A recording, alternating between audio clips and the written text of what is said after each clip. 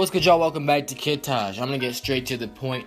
Got another prediction video for you guys today. We're in the middle of 4 conference semifinals playoff series in the NBA playoffs right now. Today I'm going to be breaking down each one, what's happened so far, and my predictions for how the rest is going to turn out. Part of this video might be a little surprising to you guys, based on my picks. We all have different opinions, and if you have an opinion, your opinion differs from mine, please do not hesitate to hit me up on Twitter, where I will talk to you if you talk to me, and we can have a little basketball argument like I like to do, or let your opinion be known down below in the comment section. Like this shit up if you enjoyed, and let's get rolling. So, we're just gonna get straight off the bat into the first series in the Eastern Conference, which is the 1-seed Celtics, 4-seed Wizards. At the current moment, right now, the Celtics lead this series 2-1. The Celtics took 2 big home wins, and then Wizards absolutely routed the Celtics. The most notable thing about, and that was in Game 3, the most notable thing about this series is simply the fact that these two teams have beef, rivalry. I mean, they're so aggressive, and they hate each other. And that's great. That's always fun, and I noted on Twitter, last night's game, it was the most entertaining 27-point blowout I've probably ever seen, and it wasn't one of those games where it was like close the whole time and then a blowout at the end. No, it was a 20-point lead in the first quarter. Okay, so it was like a 20-point lead for the entire game, but somehow I was still watching it because there's so much tension. Great players on display. I think this besides the Houston series is the best one in the playoffs. It's certainly the best series in the Eastern Conference. There's no doubt about that. But these two teams really don't like each other. They got some great talent. We're seeing some great players in this series. And 2 wins for the Boston Celtics in games 1 and 2 that, the Wizards could have easily taken each of those games, especially the second one. And then just a monster win by the Wizards in Game 3. Something very notable is the Wizards have gotten out of double-digit first-quarter leads in each game this series. They were up, I believe, 17 in the first quarter of the Game 1, maybe 13 in the first quarter of Game 2, and they're up 22 points in the first quarter of last game, and they sustained that and won it by, I said 27, I think that's what it was. So Wizards are rolling. Now, my prediction for this series, I think the Washington Wizards are going to win this series. I've always had this prediction. Even when Boston went up 2-0, I still kind of had a hunch about the Wizards because, first of all, they're a really good home team. And, in my mind, what I think is going to play out is I'm thinking in my mind, okay, the Wizards got so close in each of those first 2 games. They really should have won both of those games. They didn't. But this Wizards team, they are so much harder to stop on the road. And when the other team's on the road. So when the Wizards are at home, I really shouldn't have phrased it like that.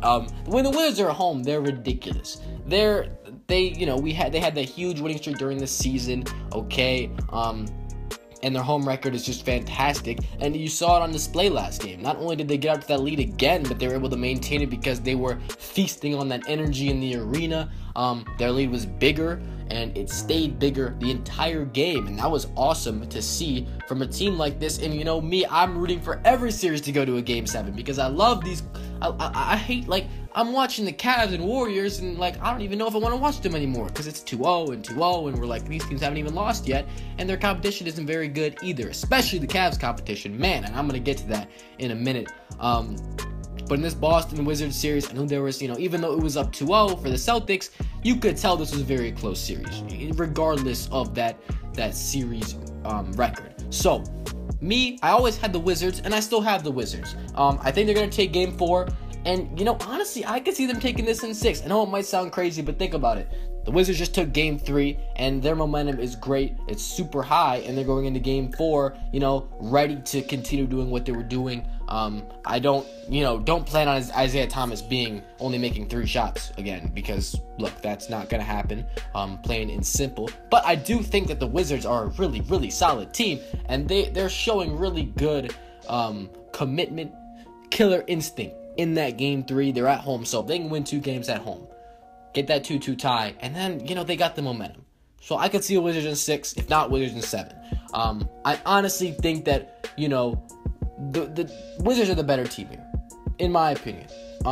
But the thing is that the Celtics have that guy Isaiah Thomas, and the Wizards, they haven't been able to hold leads in this series, especially, only in those first 2 games. But they just, it evaporated 2 times, and that's because the Celtics can always stay in a game.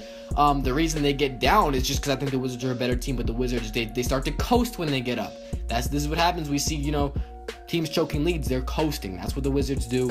They have done, and so I think that's why they lost some of those games. But I think they know that they're seeing it, they're seeing what's going on, and I don't think that because they're gonna correct that error. I mean, teams that do that, they know that they're doing that, and they start to realize how to keep those leads. And I think that in the midst of a series like this, the Wizards, they get up, it's gonna be a lot harder to stop them. So I'm gonna go Wizards in 6. Bold prediction, my boldest prediction, probably, maybe, throughout the playoffs. Other than that Chris Paul one, we're not going to talk about that. The Wizards, yeah, we're going 6.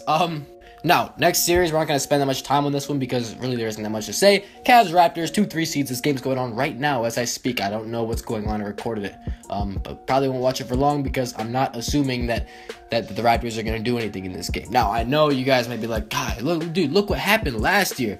2-0 lead for the Cavs, blowout wins, banished, 2-2.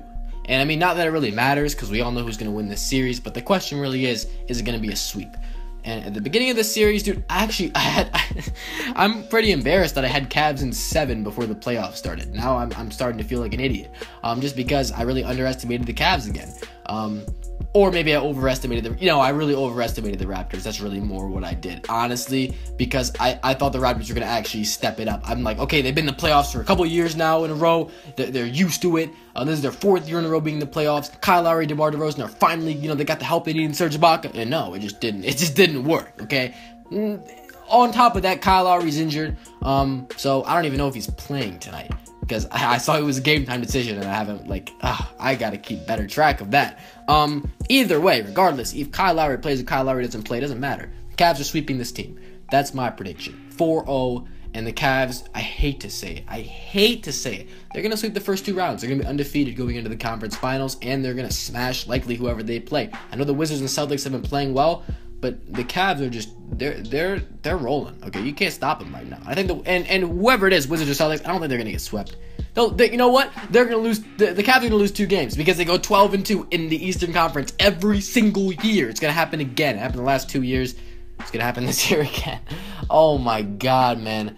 This Eastern Conference domination is getting very old. Not much more to say about that. DeMar DeRozan being a playoff disappointment as usual, putting up a cool 5 points last game. Yeah, yep, that's what happened. Into the Western Conference, might not spend a lot of time on this series as well. The Jazz Warriors series. Obviously, the Warriors up 2-0. They got 2 big home wins, 2 wins by a very good margin. I think they won by 15 or 20 each game, right? This game wasn't, I mean, this series, it hasn't been as much of a blowout series as the Cavs-Raptors, because the Jazz have stayed with the Warriors throughout games, but, in that, and then in the fourth quarter, they just kind of fall apart. They also missed George Hill in game 2. The Jazz are a much better team than the Raptors, and they've actually played better against the Warriors than the Raptors have against the Cavs. The problem is they're playing the Warriors, and if you play the Warriors, you got to be a great team. The Jazz are a good team. They're not a great team. They don't have the firepower. They just don't. They got Gordon Hayward, who's really good. Gobert is really good. They don't have enough really good players. I mean, the Warriors have 4 of those guys, and Iguodala off the bench is super good. I don't know how I classify it. Iguodala's really good. Okay, he's not like an elite player or anything, but he's such a beneficiary. Now, yeah, enough on that because it really. Oh, I didn't do my prediction. I said Warriors in 5 at the beginning. I'm gonna stick with that.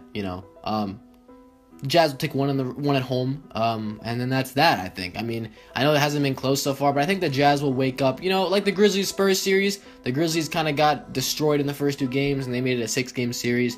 In this series, I'm going to say the Jazz still won on the road somehow, because they've been close in these games. I think they just need some momentum on their side. The Warriors are really good at home. That's also another factor, but yeah, I think, by the end of this first 2 rounds, the Cavs are going to be the only undefeated team remaining. It's a shame, isn't it? It probably actually seems like I'm a huge Cavs hater right now. I'm not. I don't like the Cavs. But the thing that really annoys me is the fact that the Eastern Conference is so weak. I really want some really good playoff series. I want some 7-game series. But when the Cavs play, we just don't get that. So I don't like that. I want them to be challenged. I love to see LeBron challenge. It's really fun.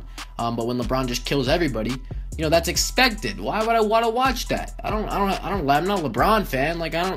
Anyway, and it's not so much I want LeBron to lose, but I just want to see a 7-game series with LeBron James in the Eastern Conference. I just want to see some competition, man. It's just getting old. All right.